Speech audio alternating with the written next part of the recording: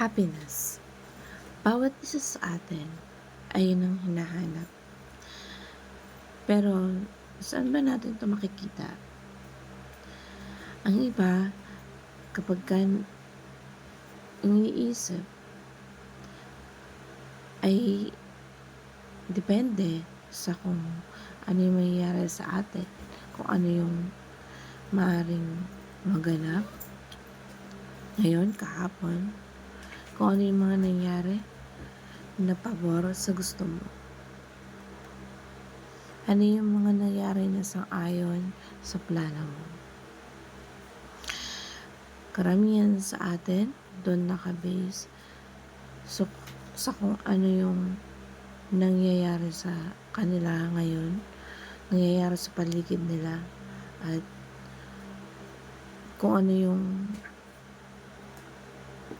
nakadepende sa tao o sa mga nakakasama natin.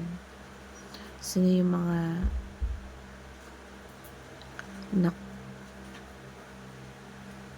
kung sino yung mga nandyan para sa atin. At doon nakadepende yung kasiyahan natin, yung happiness natin. Pero ang happiness ay comes from within, from internal. Kasi sa buhay natin, hindi natin may iwasan na maraming mga bagay na hindi sang-ayon sa gusto natin, sa gusto nating mangyari. Kaya yung idea natin na ay i-base natin sa kung ano man yung mga nangyayari sa buhay natin ngayon, kung sino yung mga kasama natin, maaaring masaya tayo, pero mas maraming pagkakataon na tayo ay hindi masaya.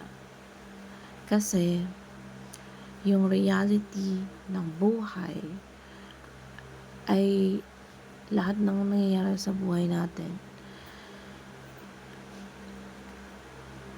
Yung mga nangyayari kadalasan hindi sang-ayon sa kung ano ang gusto natin.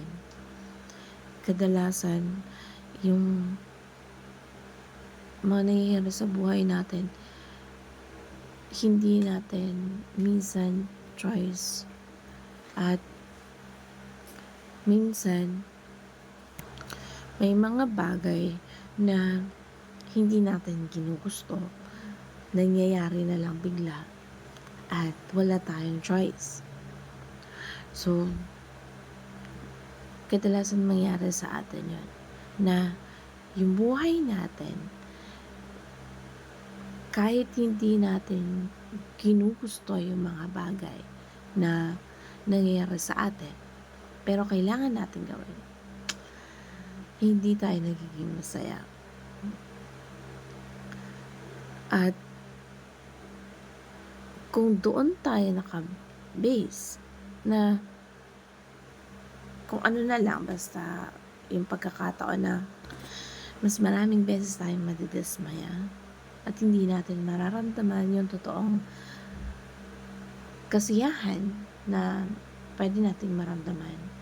Kaya kung tayo, yung idea ng kasiyahan sa atin ay base sa internal satisfaction, yung internal contentment, kung yun yung mas malaki yung percentage na magiging masaya ka kapag kumpara doon sa nakadepende ka sa mga tao na nakasalamuha mo ngayon, kung ano yung nagiging blessing mo ngayon. At maraming mga pagkakataon na hindi sumasang-ayon sa kagustuhan natin. Yung mga resulta na ginagawa natin, nakakalungkot, nakaka-frustrate, at lahat ng yun ay hindi nakaka-happy. So, kung internal happy ka, iba yung kasiyahan. Kasi, iba yung totoong masaya ka sa sumasaya ka lang. Kung sabi nga dun sa Philippians, sa buhay ni Pablo, ay meron doon nakalagay na rejoice, yung happy letter, na yung nakatulong siya pero masaya siya. Yung comfort na masaya siya, hindi dahil sa kung ano yung nangyari externally, kundi si Paul kasi lahat naranasan niya, kahit nandun siya nakakulong siya. Kasi yung kulungan noon, yung grabe yung, wala ka talagang makikita. Kaya kadalasan yung mga tao noon na kapag kinulong, nabubulag paglabas. Kasi matagal na panahon na sila ay nasa kadilim. So, nandun yung kasiyahan ni Paul. Kahit ganun yung sitwasyon niya, kontento siya. Kasi meron siyang Holy Spirit, the presence of God, yung nasa kanya. Kaya, yun yung nagmamanifest sa kanya. Kaya, kung gusto mo maging totoong masaya, magagawa mo lang yun kung makita mo yung true internal source of happiness na nagmumula sa Diyos.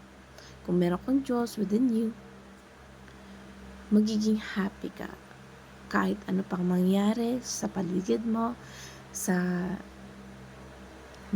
buhay mo. Magkakaroon ka ng rason para magkaroon ng kasiyahan, magkaroon ng maging productive, maging totoong masaya. So that's the source of happiness from the Lord. Thank you.